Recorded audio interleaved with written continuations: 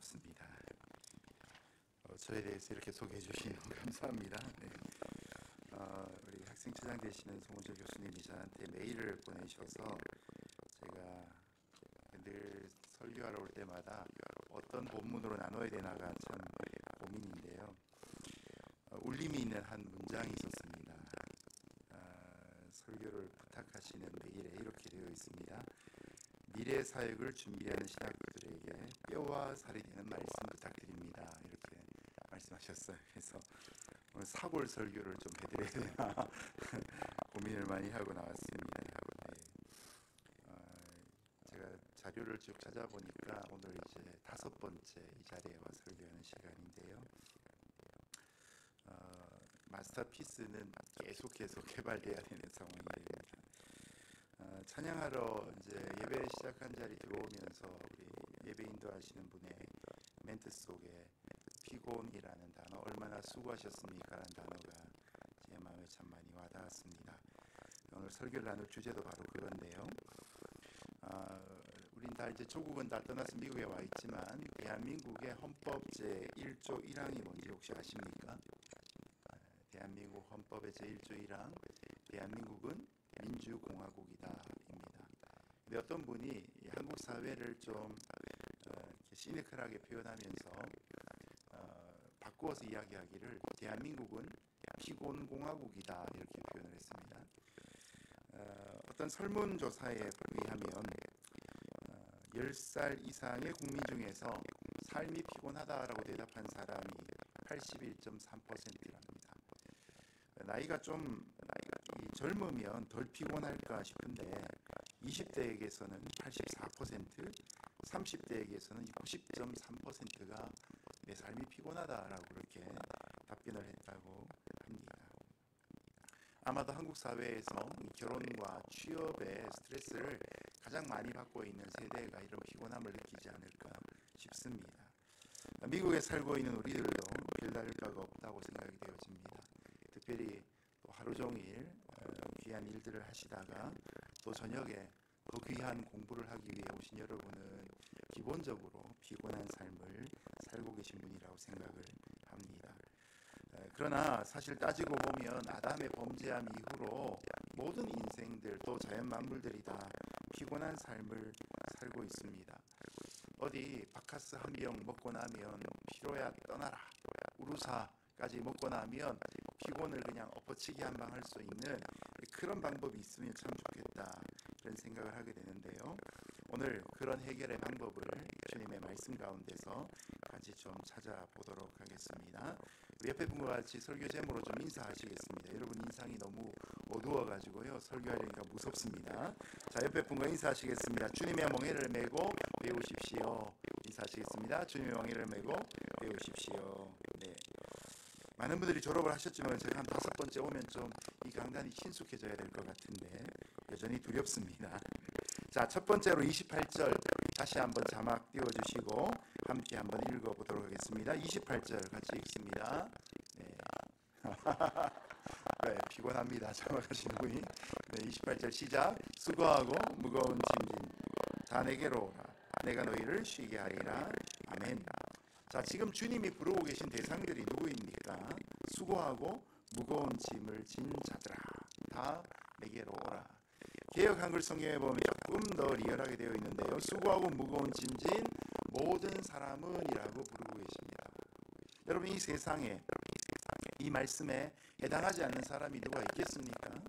이 수고란 말은 근심 숫자에 쓸고자를 쓴다고 합니다.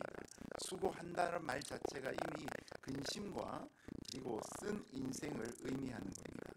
일을 하느라 힘쓰고 애쓰다 보니까 피곤한 상태가 되어버리고 만 것이죠. 영어로 weary, 지쳐있다 이런 표현이 되어버립니다.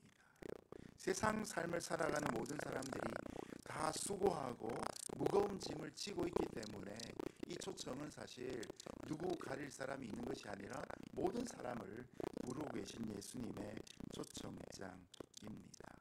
이것은 뒤집어 이야기하면 이 세상 삶을 살아가는 모든 사람들의 상태가 힘들고 피곤하고 애쓰다가 지쳐있는 상태란 것을 예수님도 인정해주고 계십니다.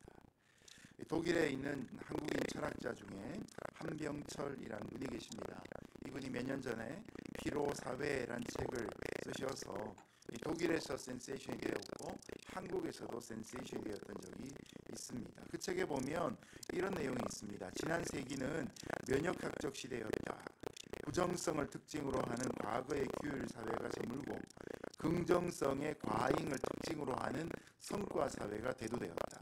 문제는 지나친 긍정성과 성과에 대한 압박이 우리를 과다한 노동으로 이끌고 이것은 결국 자기 착취로까지 이어진다는 것이다. 우리는 피로 사회에 살고 있는 것이다. 이른바 일 중독증에 걸려 있는 사람들, 이 대표적으로 이 피로 사회를 살아간 사람들이죠. 하나의 직업으로 살 수 없고 세컨 잡, 이제는 서드 잡까지 구해야만 되는 그런 세대 속에 있는 우리가 뭐 한국이나 이민 사회나 할 것 없이 느끼고 있는 그런 모습입니다. 자, 이것을 진작에 깨달았던 전도서 기자가 전도서 1장 8절에 말하기를 모든 만분이 피곤하다는 것을 사람이 다 말할 수 없나니 눈은 보아도 족함이 없고 귀는 들어도 가득 차지 아니하노니 라고 말했습니다. 자연 만물의 피곤함을 이렇게 표현하고 있는 것이죠. 자, 원래 하나님께서 세상을 창조하실 때는 피곤하게 창조하신 게 아니었습니다. 보시기에 선하게 창조하셨습니다. 토브라는 단어가 사용되고 있죠. 그러나 창세기 3장에 오게 되면 인간이 하나님의 말씀을 거역하고 자기의 욕망을 채우려고 죄를 짓다가 그만 자기뿐만 아니라 세상 모든 만물들을 쉼없는 상태로 이끌고 들어가 버리고 말았습니다. 그때부터 땅은 엉겅퀴를 내고 사람들은 땀을 흘려 노동을 해야만 했고 여성들은 출산의 고통을 겪어야 생명을 받을 수 있었습니다. 수고해야 겨우 먹고 사는 것이 아담 이후에 인생이 가진 세상의 법칙이 된 것입니다. 그런데 여러분 아무리 수고해도 그 수고만큼 열매가 나온다면 참 행복할 것입니다. 그리고 우리가 수고하는 목적이 분명하면 또 그만큼 견딜 수 있을 것입니다. 그런데 우리가 살아간 세상 속에는 늘 수고보다는 모자란 대가들이 돌아오곤 하는 것을 보게 됩니다. 어느 목사님이 작년인가 재작년 송구영신 예배 때 한복을 입고 사진을 찍었습니다. 근데 자신이 그 사진 밑에다가 이제 페이스북에다 스스로가 글을 달면서 이렇게 썼습니다. 이 무렵 담임 목사는 웃고 있어도 웃는 게 아닙니다. 이렇게 적었습니다. 그냥 연말이 되어서 여러 행사가 있으니까 한복 입고 인사하러 나왔는데 속으로는 그 다음의 걱정으로 가득 차 있다는 거죠. 교회 안에 있는 크고 작은 문제 때문에 사진 찍으니까 얼굴은 웃고 있지만 속으로는 썩어 문드러지고 있다, 이런 표현을 쓰고 있는 거죠. 놀라운 것은 그 밑에 수많은 공감의 댓글들이 달렸다는 사실입니다. 목사님 화이팅으로부터 시작한 많은 글들이 위로하고 격려하는 일들이 있었습니다. 여러분, 책임을 진다는 건 그만큼 수고로움이 많은 일들입니다. 신학을 공부하고 하나님의 학문을 공부하는 여러분이 사실은 뭐 더 나은 직업을 갖기 위해 더 높은 곳을 올라가기 위해 하는 건 아니잖아요. 우리가 하는 모든 일들의 궁극적인 고울은 더 많은 섬김을 받는 것이죠. 동구에 제 후배 목사님 한 분이 목회를 하고 있는데 개척을 해서 한 13, 14년 정도 되었습니다. 성도가 한 20, 30명 정도 되는 교회를 하고 있는데 아직도 교회는 자립되지 못하여 있습니다. 목사님은 그냥 교회에서 사례 받지 않고 사모님이 은행에 출근해서 그것에서 나오는 그런 재정을 가지고 가정이 유지가 되고 몇 년 전까지만 해도 아주 큰 약국을 하는 아버지가 한 달에 몇천 불씩 후원해 주는 게 있었는데 그 약국이 그만 어려움을 겪으면서 그 후원마저 끊어져서 이제는 아주 힘들고 어렵게 목회를 합니다. 가끔씩 힘들 때마다 제게 전화를 걸어옵니다. 형님, 이런 게 힘듭니다. 근데 얼마 전에 저랑 통화를 하다가 형님, 우리 교회 한 가정 교회를 떠났습니다. 마음이 너무 상합니다. 속상합니다. 이렇게 이제 얘기를 합니다. 저도 그런 일을 하나 겪어가지고 맞아, 성도가 떠나니까 속이 참 상하지 그랬더니 그 후배 목사가 벌컥 화를 버럭 내면서 아니, 형은 큰 교회 목사면서 왜 그런 소리 하냐고, 형이 개척교회 목사의 마음을 아냐고. 제가 또 더 큰 소리로 화를 내었습니다. 야, 목사면 다 양을 안타까워하는 것이지. 뭐 교회 교인이 많고 8천 명, 10,000명 되면 교인 떠나면 기분 좋을 목사가 어디냐. 그런 얘기를 한 적이 있습니다. 그 후배 목사의 입장에서 볼 때 큰 교회처럼 보이지만 여러분, 모든 목회자의 마음 가운데 목양을 하며 성도에게 일어나는 그 어려움, 갑자기 큰 고난 가운데 들어간다든지 인사하지 않고 떠나가는 성도들의 모습을 본다든지 이런 모든 것들이 다 아픔으로 다가오게 되는 것이죠. 그런 순간들마다 항상 내가 과연 무엇을 위해서 이 자리에 서 있는가를 돌아보게 되는 것이죠. 여러분, 목회뿐만 아니라 세상 가운데 삶을 살아가는 성도들의 삶에도 이 무거운 짐들이 다 놓여져 있습니다. 가장들에게는 가족을 책임져야 한다는 책임감이 무겁게 짓누르고 있지요. 돈을 많이 가진 사람이면 그 돈 많아서 고민이 없는가? 아닙니다. 그 많은 돈을 또 관리하는 데 대한 부담도 있습니다. 지식이 많으면 번뇌가 많고 나름의 고민들이 다 있는 것이죠. 문제는 이런 고민들을 어떻게 풀어가는가 하는 것입니다. 즉각적으로 1분 라면, 2분 라면 끓여 먹듯이 우리에게 있는 고민과 갈증들을 해결할 수 있는 좋은 방법이 있으면 좋겠지만 아직도 그런 것은 우리에게 발견되지 않은 상태입니다. 그러다 보니까 세상의 방법으로 향락을 따르고 탐닉하는 일들을 통해서 생존에 대한 불안을 또 다른 흥분과 욕망으로 채우는 일을 통해서 해결하다 보니까 원하지 않는 죄의 유혹에 빠져들어가는 경우들이 빈번합니다. 목회를 하면서 가장 어려운 일들 중에 한 가지가 성도들이 쉽게 빠져나올 수 없는 탐닉과 중독의 상태 가운데 있다가 만나게 되고 발견되게 되는 겁니다. 이 교회 나올 때야 다 제일 좋은 옷 입고 주일날 나오지만 어쩌다가 길에서 만나거나 어떤 사고를 만나서 그분의 삶에 더 가까이 들어가다 보면 이런 아픔들을 더 많이 느낍니다.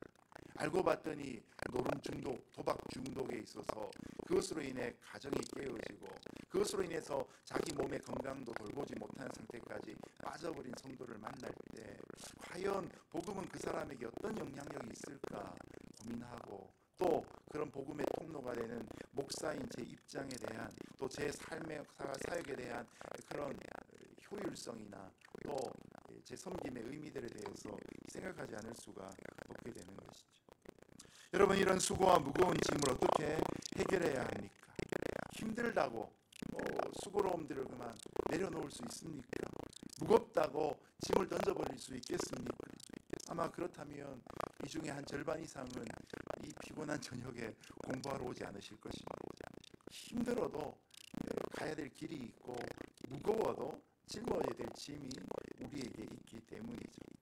아이가 아니고 어른인 이상, 인생의 의미를 제대로 깨닫는 이상, 하나님의 콜링이 분명한 이상, 힘들어도 가야 하고 무거워도 져야 될 짐이 우리 인생 가운데 있다는 사실입니다. 자신이 해야 될 수고와 의미와 그리고 져야 될 짐의 목적을 제대로 깨닫고 또 그것에 대해서 제대로 반응하는 것만이 우리가 해결할 수 있는 좋은 방법이 되는 것이죠. 조금 다른 예가 되지만 여러분, 이런 고난과 무거움들을 해결하는 좋은 예가 바로 다윗입니다. 여러분, 다윗은 사무엘하 13장에서 게으름 가운데 늦잠을 자고 일어납니다. 그리고 페라스를 거니다가 여염집 한 여인이 목욕하는 장면을 훔쳐보게 됩니다.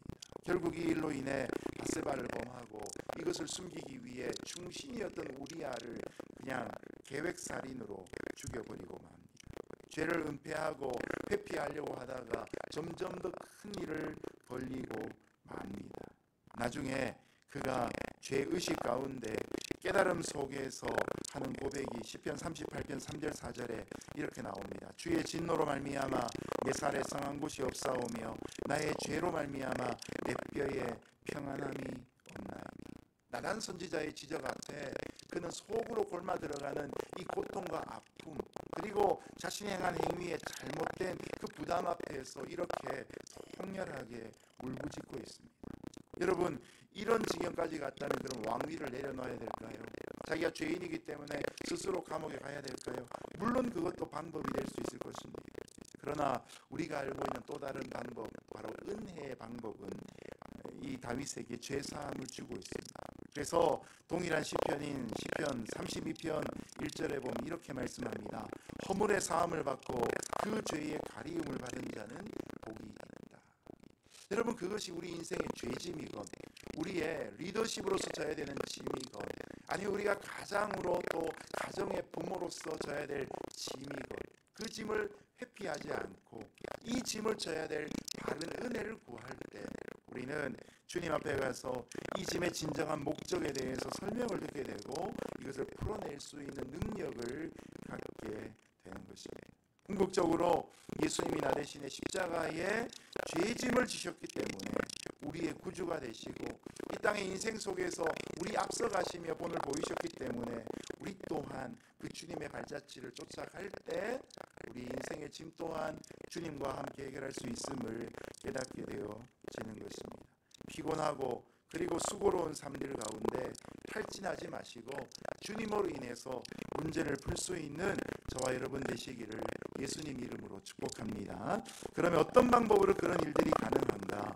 29절 30절 다시 한번 같이 읽습니다. 시작. 나는 마음이 자막 좀 띄워주십시오. 시작. 나는 마음이 그리하면 너희 마음이 쉼을 얻으리니 이는 내 멍에는 쉽고 내 짐은 가벼움이라 하시니라. 아멘. 자, 여기 이제 멍에란 단어가 등장하는데요. 김수희 씨가 부른 노래에도 멍에라는 노래가 있죠. 이 멍에에는 두 가지 종류가 있습니다. 첫 번째는 사람의 마음이나 행동에 있어서 쉽게 벗어날 수 없는 구속 억압 같은 것을 비유하는 단어입니다. 자, 어떤 경우에는 태어날 때부터 받은 이 환경이나 신분 자체가 우리에게는 큰 고통을 주고 인생 내내 짐이 될 수도 있습니다.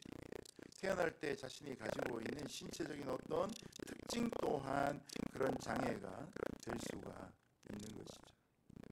김수희 씨가 부른 멍에 노래나 아니면 찬송가 272장에 있던 고통의 멍에 벗으려고 예수께 나옵니다 라고 하는 이런 멍에가 바로 우리의 가능성을 제한하고 우리로 하여금 기쁨을 앗아가는 그런 멍에가 되는 것이죠.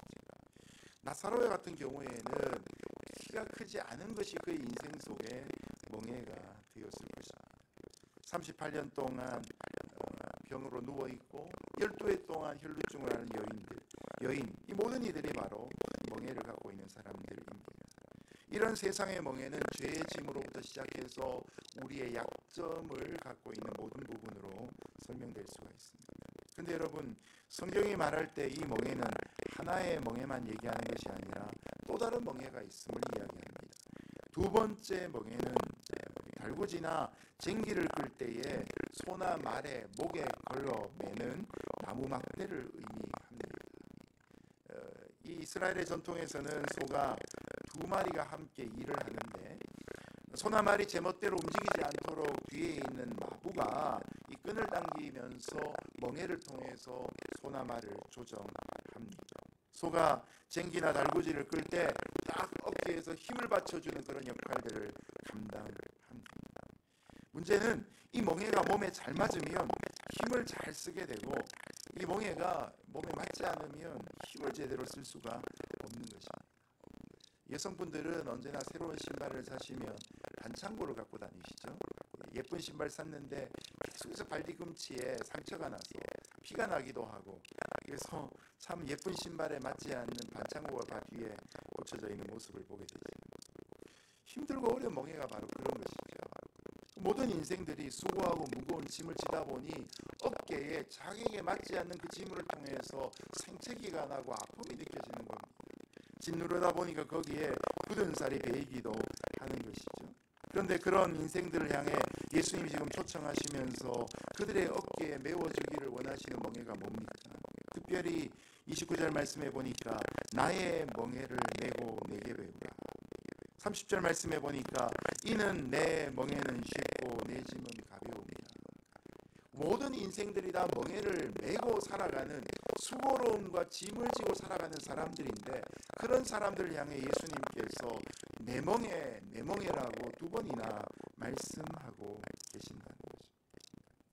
오늘 본문의 첫 번째, 수고하고 무거운 모든 짐진 자들이 원래 어깨에 걸머쥐었던 멍에는 무엇입니까? 또한 멍에라고 했을 때 처음 떠오르는 것처럼 우리가 태어날 때부터 가졌던 우리의 환경과 나의 약점들, 나의 연약한 부분들, 이 모든 것들의 멍에가 의미하는 바가 무엇입니까? 바로 무겁고 힘겨운 것들입니다. 수고하고 무거운 짐을 지고 걸어가는 모든 인생 자체가 바로 우리에게는 멍에입니다. 저는 지금 섬기는 교회를 이제 만 9년 몇 개월 전에 부임을 했는데, 부임을 하고 지난 주일에도 그런 나눔을 예배 때 했었는데 막상 좋을 것 같았는데 취임식을 하고 난 다음에 숙소에 돌아가서, 집에 아직 들어갈 수 있는 형편이 아니어서 잠깐 이 근처에 있는 어느 숙소에 들어가서 받았던 그 꽃다발을 그 방에 있는 작은 책상 위에 내려놓는 순간 울컥하는 울음이 나더라고요. 그리고 마음에 큰 두려움이 몰려왔습니다. 내일부터 이 성도들의 삶을 내가 다 책임져야 된다. 내일부터는 새벽 예배 빠지면 안 되고, 새벽에 못 일어나면 어떡하나, 그런 두려움들, 이런 두려움이 막 저를 찾아왔어요. 지난 9년 몇 개월 동안 수많은 의사결정의 순간순간마다 내가 해야 되는 이 의사결정을 통해서 우리 교회와 성도들이 가야 될 방향들이 결정될 때, 혹시라도 내가 갖고 있는 이 한계와 나의 이 미련함 때문에 하나님의 교회가 어려움을 겪는 건 아닐까, 이 두려움들이 늘 그 순간에 저를 참 엄습해 찾아왔습니다.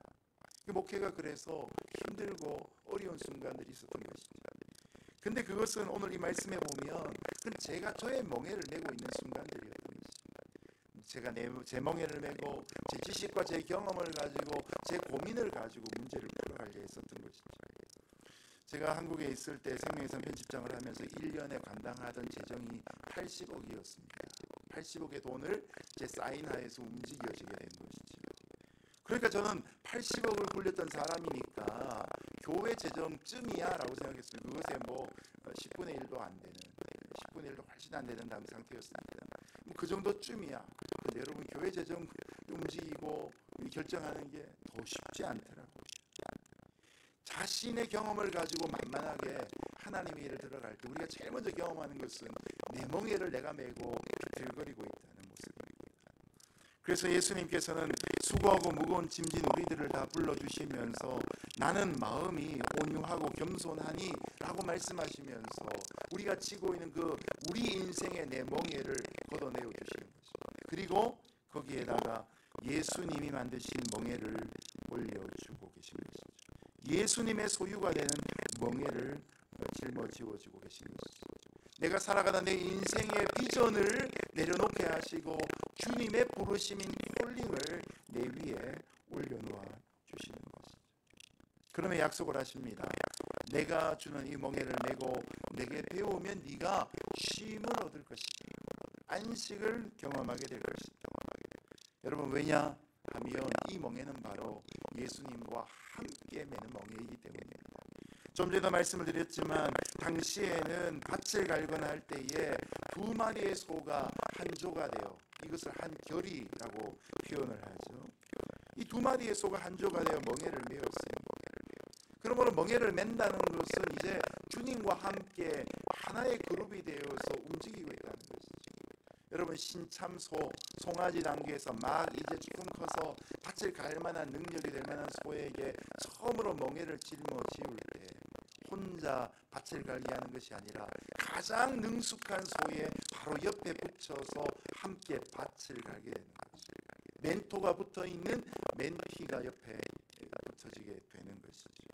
가장 뛰어난 그런 사수 옆에 조수로서 우리가 붙어서 가게 되는 거죠.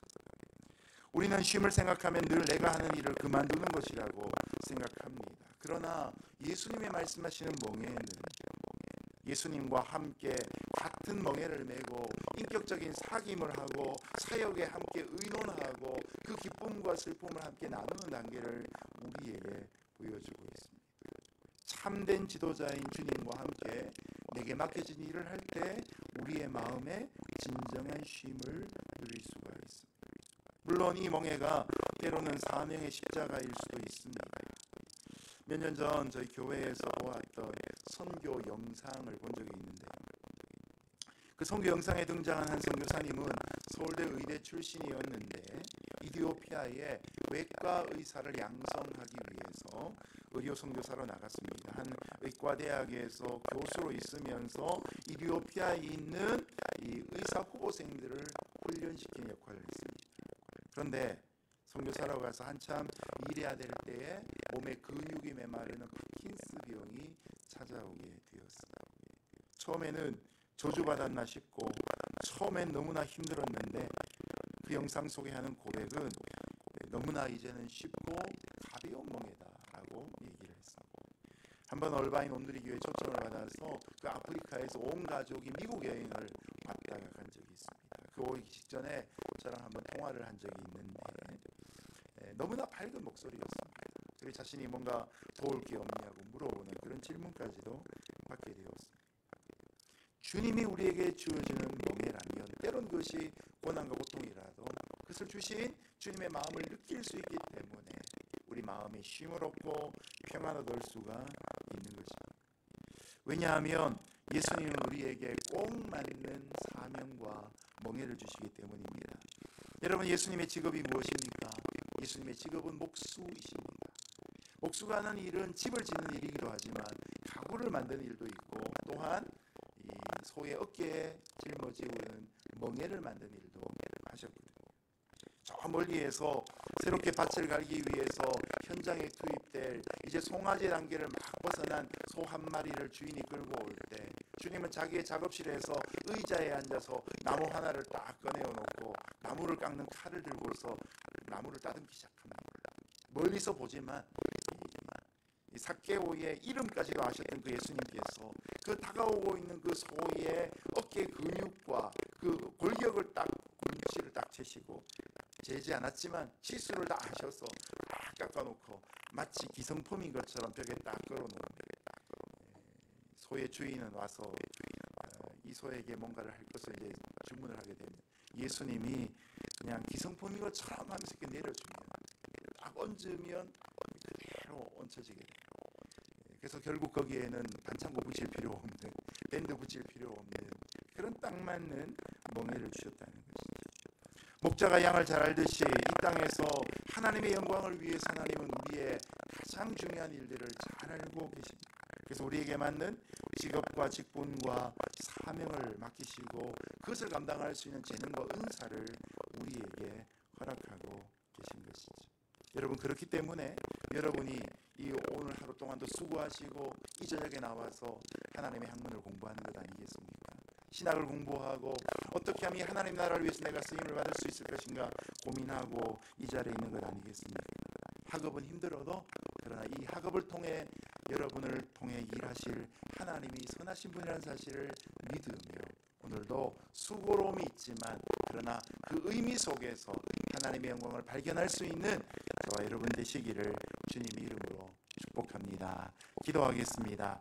하나님 아버지, 힘들지만 가야 될 길이 있고 무겁지만 짊어져야 될 인생의 짐이 있지만 하나님 이 가운데 하나님께서 기뻐하시는 주님의 멍에를 메고 오늘도 기쁨으로 순례의 길 걸어갈 수 있는 하나님의 자녀들 되게 하여 주옵소서.